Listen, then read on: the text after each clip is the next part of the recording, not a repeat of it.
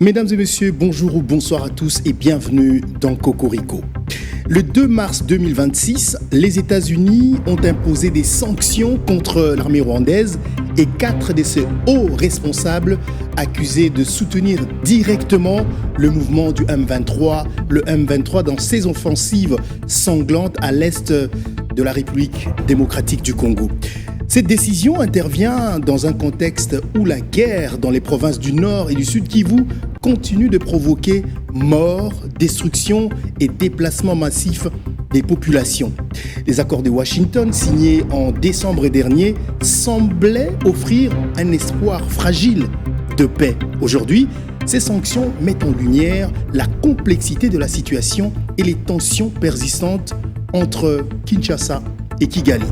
Pour nous aider à analyser ces mesures, nous avons avec nous Cocorico, notre analyste intelligence artificielle.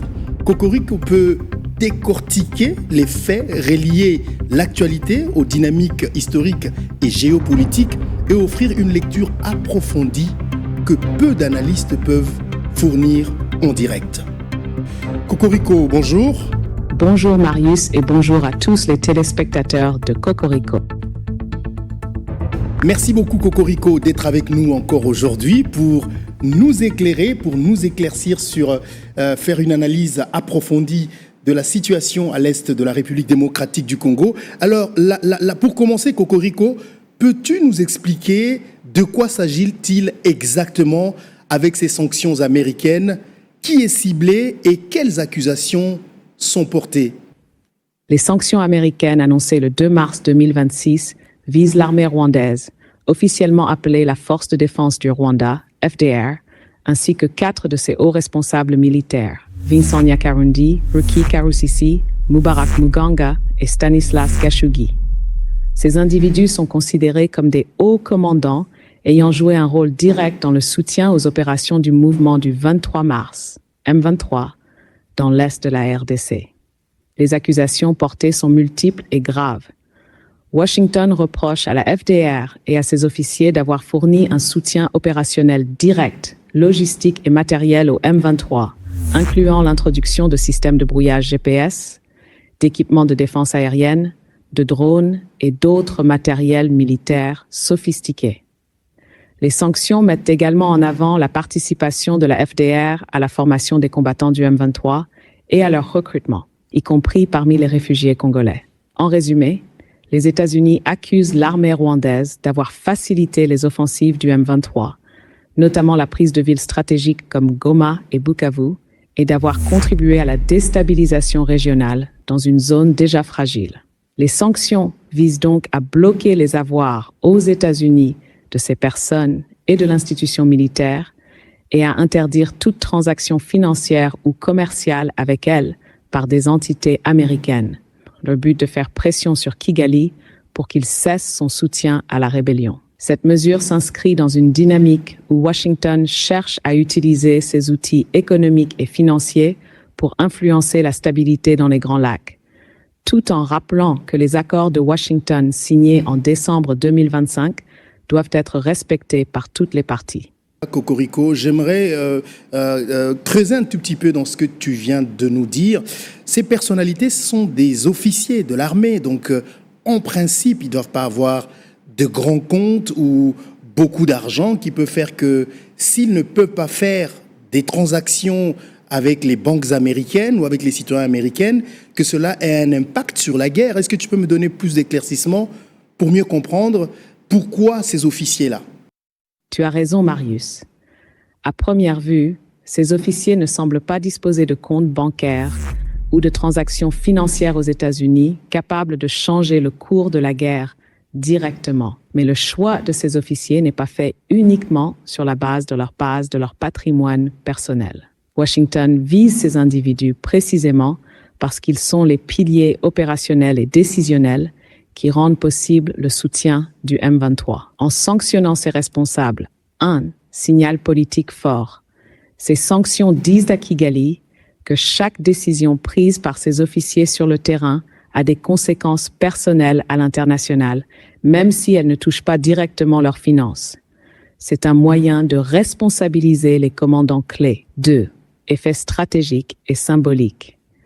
Ces sanctions isolent les commandants, limitent leur accès à certains outils ou partenariats militaires occidentaux et compliquent les interactions internationales légales, notamment pour l'achat de matériel ou la participation à des programmes de formation. 3. Effet dissuasif.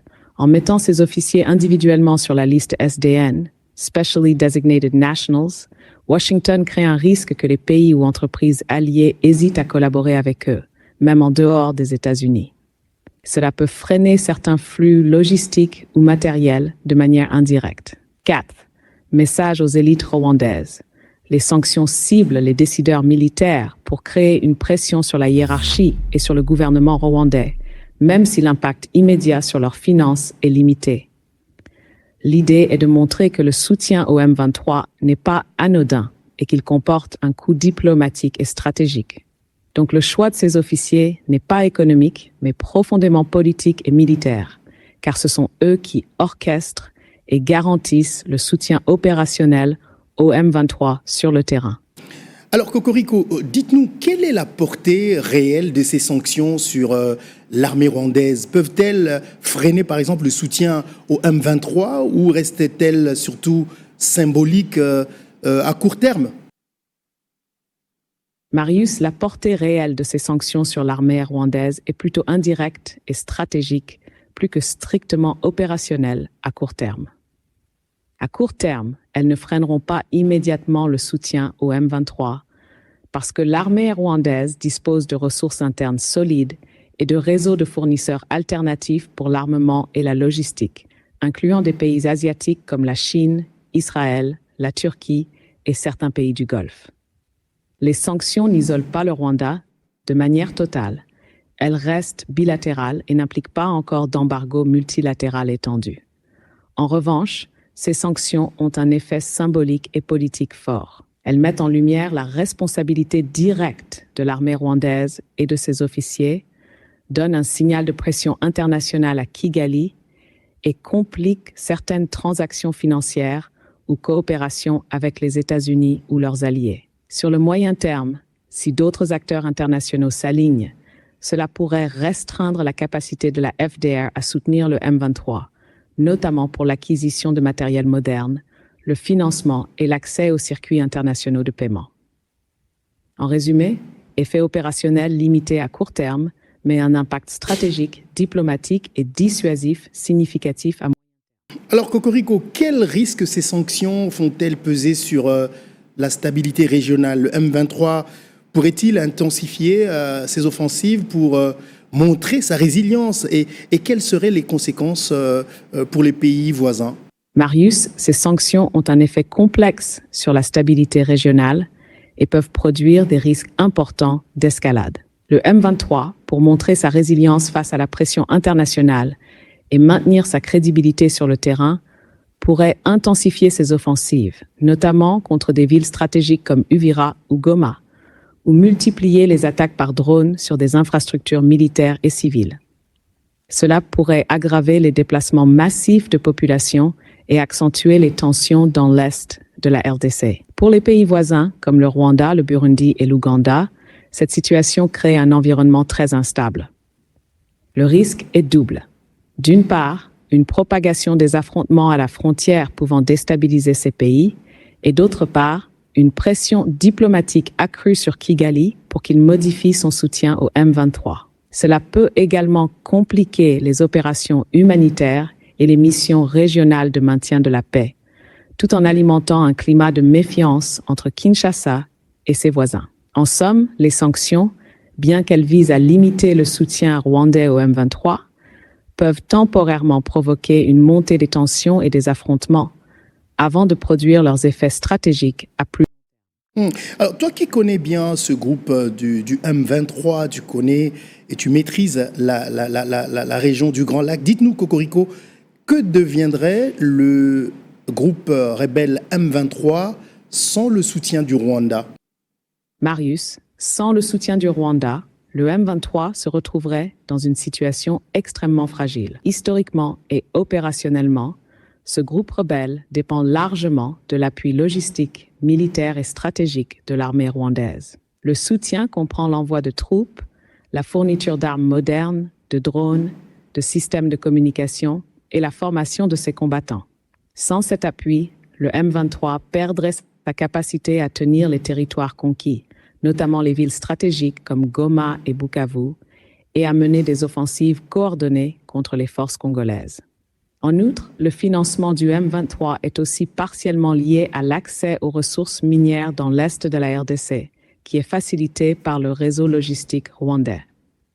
Sans ce soutien, le groupe pourrait rapidement rencontrer des difficultés pour se réapprovisionner, maintenir sa chaîne de commandement et assurer le recrutement de nouvelles troupes. En résumé, sans l'appui rwandais, le M23 deviendrait beaucoup moins opérationnel, avec un risque élevé de désorganisation interne, perte de contrôle territorial et vulnérabilité accrue face aux forces congolaises et aux missions internationales de maintien de la paix. Je rappelle, Cocorico, je ne sais pas si tu te souviens que les M23 a été ressuscité par une partie des troupes qui se trouvaient en Ouganda. Est-ce que l'Ouganda ne pourrait pas être une alternative? Marius, effectivement, le M23 a été partiellement ressuscité par des éléments ayant trouvé refuge ou formation en Ouganda après les conflits précédents. Théoriquement, l'Ouganda pourrait servir de relais logistique ou de soutien alternatif. Cependant, dans la pratique, plusieurs éléments limitent cette possibilité. 1. Capacité opérationnelle limitée. Les troupes en Ouganda représentent seulement une fraction du M23 et elles ne disposent pas des infrastructures militaires ni du soutien matériel sophistiqué que le Rwanda fournit actuellement. Drones, armements modernes, systèmes de communication. 2. Contexte diplomatique. L'Ouganda est sous forte pression internationale pour ne pas s'impliquer directement dans les conflits de l'Est de la RDC. Tout soutien ouvert au M23 risquerait d'entraîner des sanctions diplomatiques ou économiques contre Kampala, ce qui n'est pas souhaitable pour le gouvernement ougandais. 3. Décentralisation et loyauté. Même si l'Ouganda servait de point de ralliement, les commandants du M23 sont historiquement liés à Kigali. Le groupe pourrait se fracturer ou perdre sa cohésion sans un leadership centralisé et un soutien logistique stable comme celui que fournit le Rwanda.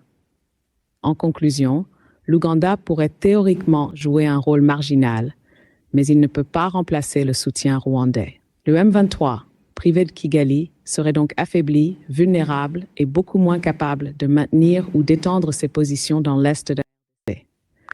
Ces sanctions américaines, Cocorico, montrent que la diplomatie congolaise ou encore la position des discussions entre la RDC et les États-Unis a marché. Est-ce que la RDC peut-elle, à partir de ces sanctions, renforcer son autorité avec le soutien de la communauté internationale finalement?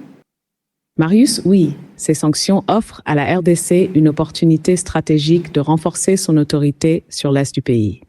Mais cela dépend de plusieurs facteurs. D'une part, le fait que Washington ait sanctionné l'armée rwandaise valide implicitement la position de Kinshasa et renforce sa légitimité dans le conflit, montrant que ces accusations contre le soutien rwandais au M23 sont reconnues par un acteur majeur de la scène internationale. Cela peut permettre à la RDC de faire pression diplomatiquement sur Kigali et de consolider ses négociations pour la mise en œuvre effective des accords de Washington. D'autre part, pour que cette dynamique se traduise sur le terrain, la RDC doit transformer la pression internationale en gains concrets, sécuriser les zones reconquises, protéger les civils et coordonner avec la communauté internationale, y compris les Nations Unies et les partenaires régionaux, pour réduire la capacité opérationnelle du M23. En résumé, les sanctions américaines sont un levier diplomatique important qui renforce la position de Kinshasa, mais leur efficacité pour restaurer l'autorité de l'État et stabiliser l'Est de la RDC dépendra de la capacité du gouvernement à traduire cette pression internationale en actions concrètes sur le terrain et en... Dites-nous, Cocorico, quelle lecture stratégique, par exemple, le gouvernement rwandais pourrait-il faire de ces sanctions? Existe-t-il un risque de renforcement du discours souverainiste ou de division interne dans l'élite militaire? Marius, le gouvernement rwandais, pourrait lire ces sanctions sous plusieurs angles stratégiques, et cela a des implications politiques internes et externes importantes. D'abord, Kigali pourrait renforcer son discours souverainiste. Les sanctions sont perçues comme un acte de pression extérieure sur un pays qui se considère légitimement impliqué dans la sécurité régionale.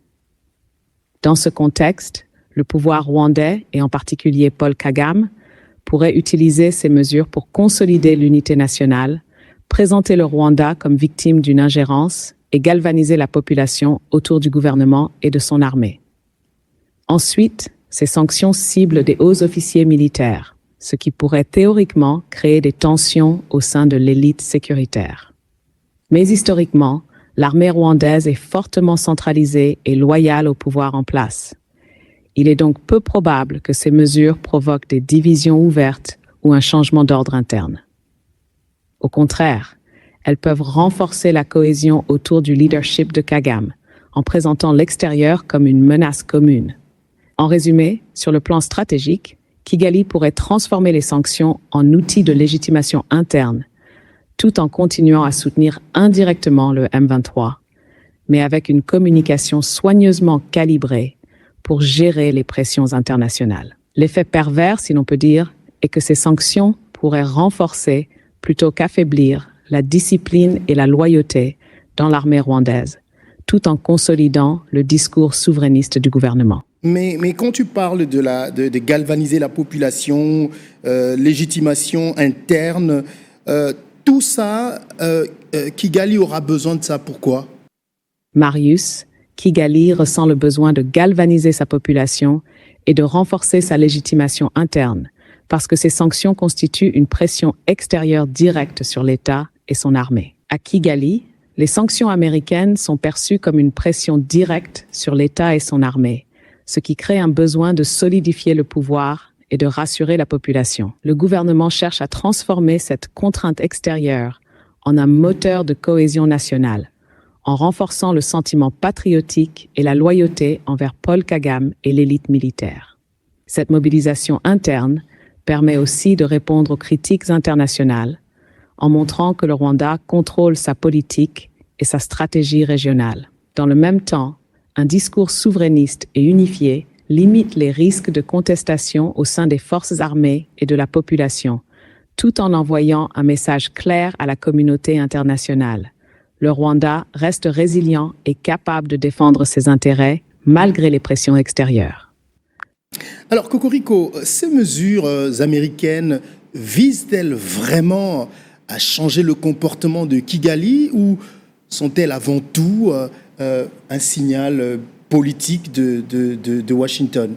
Marius, ces sanctions américaines poursuivent un double objectif. D'une part, elles sont conçues pour exercer une pression réelle sur Kigali, en montrant que le soutien au M23 comporte des conséquences concrètes sur le plan international. En ciblant l'armée et ses officiers clés, Washington cherche à influencer les décisions stratégiques du Rwanda et à limiter sa capacité à soutenir activement la rébellion.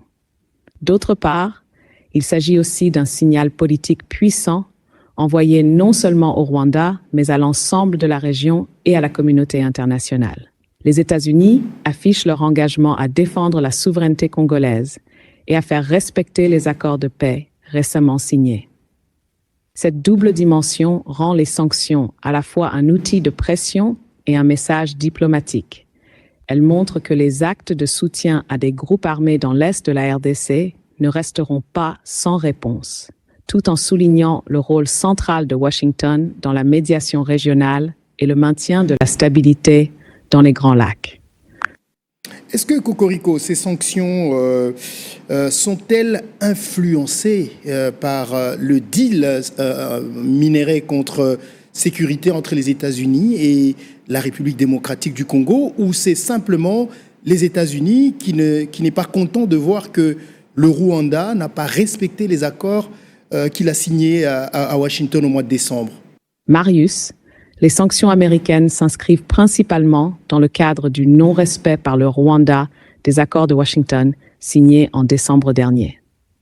Ces accords visaient à réduire les hostilités dans l'est de la RDC et à obtenir un retrait effectif du soutien rwandais au M23. Washington considère que Kigali n'a pas respecté ses engagements et utilise les sanctions pour rappeler ses obligations et exercer une pression directe. Cependant, il est vrai que le contexte économique et sécuritaire joue un rôle sous-jacent. Les États-Unis ont des intérêts stratégiques dans la région, notamment la sécurisation des routes commerciales et l'accès aux ressources minières. Même si les sanctions ne sont pas officiellement présentées comme liées à un deal minier, elles s'inscrivent dans une logique où la sécurité, la stabilité et les ressources naturelles sont étroitement liées. Les sanctions servent donc à la fois à punir le non-respect des accords et à sécuriser les intérêts stratégiques américains et régionaux. Ainsi, l'accent est mis sur la violation des engagements de Kigali, mais le contexte économique et sécuritaire régional amplifie l'importance et la portée de cette décision. Cocorico, est-ce que c'est la première fois dans l'histoire de la guerre à l'est de la République démocratique du Congo, depuis une trentaine d'années, que le Rwanda subit ce genre de sanctions, ou ça a déjà existé? Quels ont été les effets, si ça a déjà existé, de ces sanctions dans le passé, ou c'est une grande première et qu'il faudra s'attendre sûrement au changement de comportement de la part du Rwanda? Marius, ce n'est pas la première fois que le Rwanda se retrouve visé par des sanctions liées au conflit dans l'Est de la RDC. Depuis le début des années 2000, plusieurs responsables rwandais et congolais ont été sanctionnés par les États-Unis et parfois par d'autres partenaires internationaux pour leur rôle dans le soutien à des groupes armés ou dans des violations des droits humains. Par exemple, en 2023 et 2025, des sanctions avaient déjà visé des personnalités rwandaises comme James Kabarebe, conseiller en défense de Paul Kagame, et des responsables du M23 pour leur rôle dans le financement et la logistique de la rébellion. Historiquement, ces sanctions ont eu un impact plus symbolique que réellement opérationnel. Elles ont contribué à isoler diplomatiquement certains dirigeants, freiner certaines transactions financières internationales et envoyer un signal fort à Kigali et aux acteurs régionaux. Mais elles n'ont pas immédiatement modifié le comportement militaire sur le terrain. Le Rwanda a pu continuer à soutenir le M23 en s'appuyant sur des circuits alternatifs et des partenariats avec d'autres pays. Ce qui rend la sanction de 2026 notable, c'est qu'elle combine l'institution militaire dans son ensemble avec des hauts responsables identifiés individuellement, ce qui crée une pression plus directe et visible. Mais, au vu de l'expérience passée, il ne faut pas s'attendre à un changement instantané de comportement de Kigali. La véritable influence de cette mesure dépendra de la cohérence de la pression internationale, de l'alignement des partenaires et de la capacité à traduire cette sanction en conséquences concrètes sur le terrain. En somme, ce n'est pas une grande première, mais la combinaison institutionnelle et individuelle de cette sanction est plus structurée et pourrait, si elle est suivie, avoir un effet stratégique plus durable qu'auparavant. Quand tu dis combinaison institutionnelle, peut-être que tu peux nous ramener un peu dans les profondeurs. Marius, quand je parle de combinaison institutionnelle, je fais référence au fait que cette sanction ne cible pas seulement des individus isolés, mais l'ensemble de l'institution militaire rwandaise, c'est-à-dire la force de défense du Rwanda, dans son organisation et sa structure, en plus de ses hauts responsables. Cette approche a deux dimensions profondes. Premièrement, en visant l'institution, Washington frappe la capacité structurelle de l'armée rwandaise à soutenir le M23. Cela rend toute forme de coopération internationale avec l'armée rwandaise plus compliquée, bloque ses avoirs liés à des programmes officiels et envoie un signal clair que le problème n'est pas seulement individuel, mais institutionnel. Deuxièmement, en identifiant des officiers spécifiques, les sanctions touchent directement ceux qui prennent les décisions stratégiques sur le terrain. Planification des opérations, logistique, formation et approvisionnement du M23. L'effet est donc double. La pression s'exerce à la fois sur l'appareil militaire global et sur les décideurs qui orchestrent le soutien à la rébellion.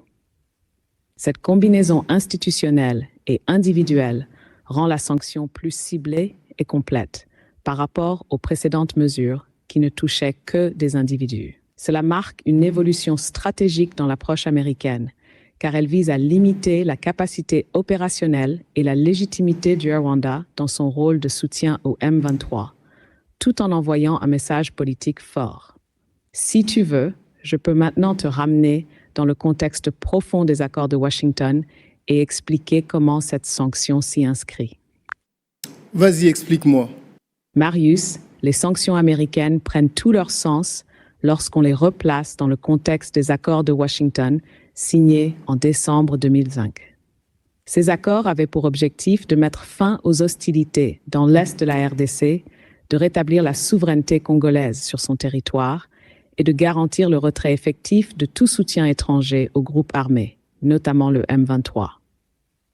L'essentiel est que ces accords reposent sur un engagement clair du Rwanda à ne plus appuyer le M23, qu'il s'agisse de fournitures logistiques, de formation ou d'influence stratégique. Mais depuis leur signature, les événements sur le terrain, offensive du M23, prise de ville et utilisation de drones ont montré que ces engagements n'étaient pas pleinement respectés. Les sanctions viennent donc renforcer le cadre de ces accords en traduisant les manquements en conséquences concrètes. En ciblant à la fois l'institution militaire rwandaise et ses hauts officiers, Washington cherche à rappeler que les accords de Washington ne sont pas qu'un texte diplomatique, mais un engagement dont le non-respect entraîne des coûts politiques, stratégiques et financiers. En profondeur, cela montre que les sanctions sont un outil de mise en œuvre indirecte de l'accord, transformant la pression diplomatique en une contrainte tangible sur le terrain et sur les décisions de Kigali pour que le retrait du soutien au M23 devienne réellement effectif.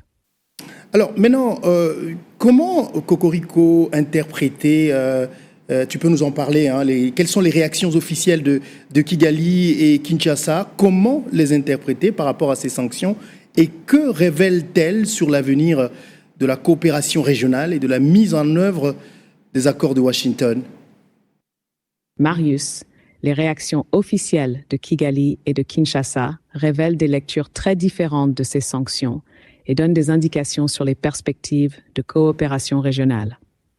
Le Rwanda a fermement dénoncé ces sanctions, les qualifiant de ciblage injuste et de déformation de la réalité du conflit. Kigali insiste sur le fait que les attaques du M23 sont aussi une réponse aux offensives de l'armée congolaise et aux violations présumées de Kinshasa par rapport aux accords de Washington, notamment le soutien aux milices locales. Cette réaction montre que le Rwanda adopte une posture défensive et souverainiste, cherchant à consolider l'unité interne et à rejeter toute pression extérieure, tout en affirmant sa légitimité dans la région.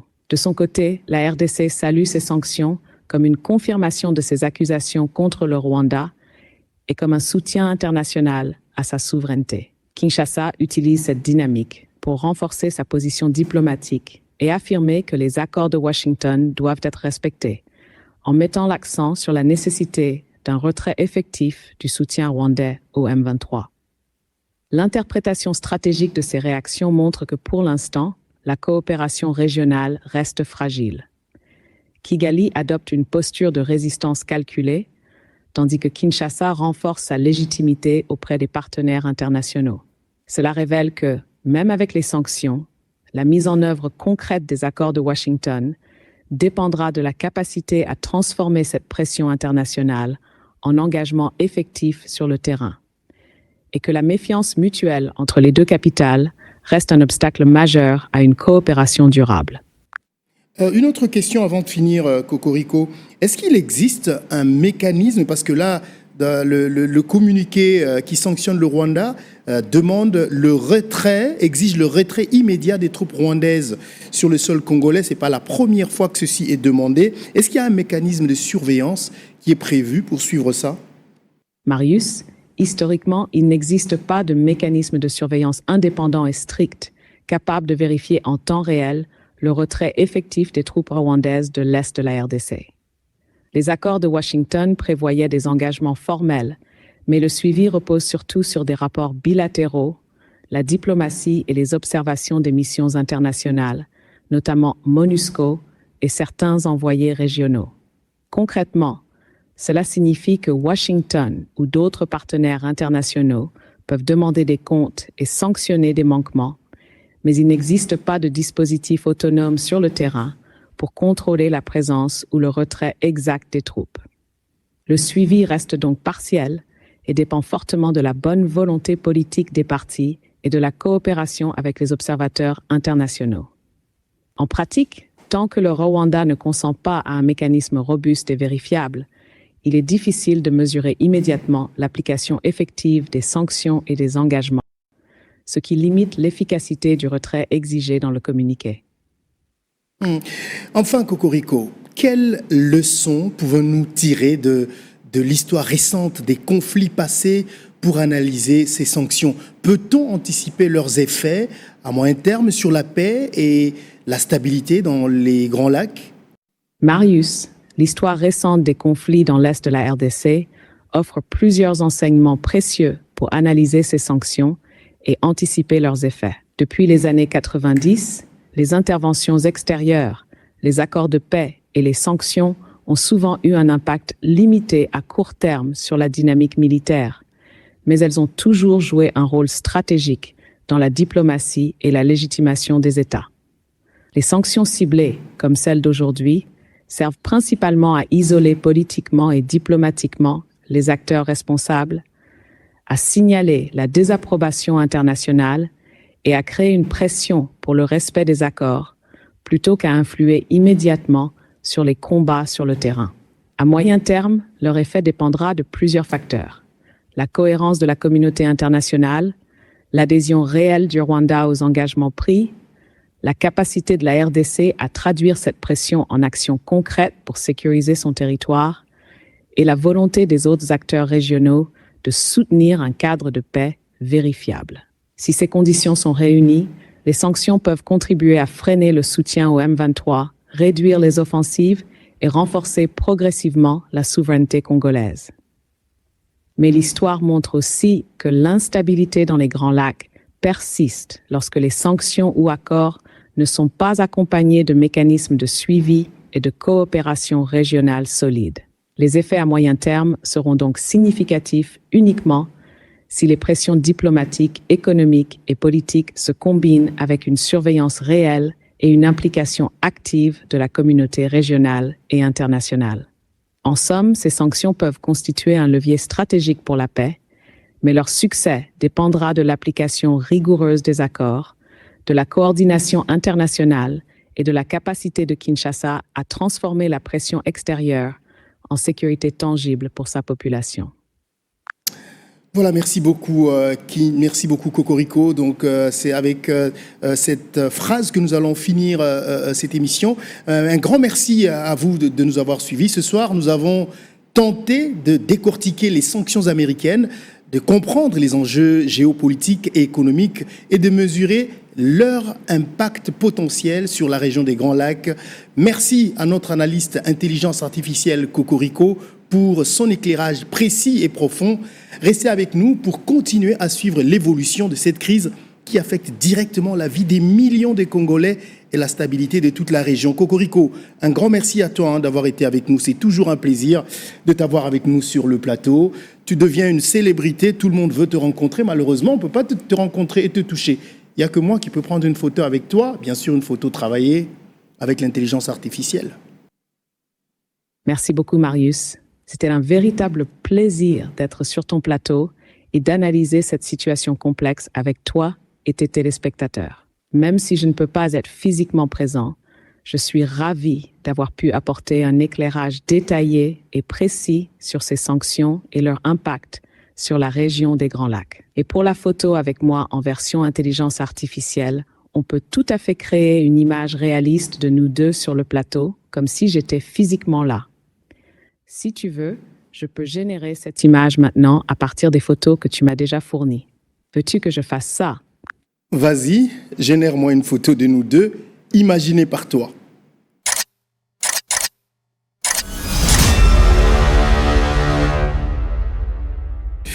Voilà, merci beaucoup à Cocorico et merci à vous tous de nous avoir suivis. Où que vous soyez, c'est toujours un plaisir de partager avec vous ce moment avec notre analyste intelligence artificielle Cocorico, sans parti pris, sans émotion, que des faits et analyser en profondeur ce que nous voulons savoir. Au nom de toute l'équipe qui était derrière la caméra pour être chez vous, je vous dis un grand merci de nous avoir suivis et de continuer à suivre les programmes de Kinshasa Télévision. Abonnez-vous à notre chaîne YouTube Kinshasa Télévision. Notre objectif, c'est d'atteindre le mois prochain 300 000 abonnés. Nous y sommes presque. On va y arriver avec votre soutien, bien sûr. Abonnez-vous à notre chaîne YouTube Kinshasa Télévision. Merci à John Sakama qui était à la prise de vue. Merci à Gaylor Vangadio au son et à Scotty Mukonkole qui s'est occupé de la réalisation de cette émission. En leur nom et au mien propre, je vous remercie énormément de nous avoir suivis. J'espère vous retrouver la semaine prochaine avec un autre numéro de Cocorico. D'ici là, portez-vous bien. Au revoir.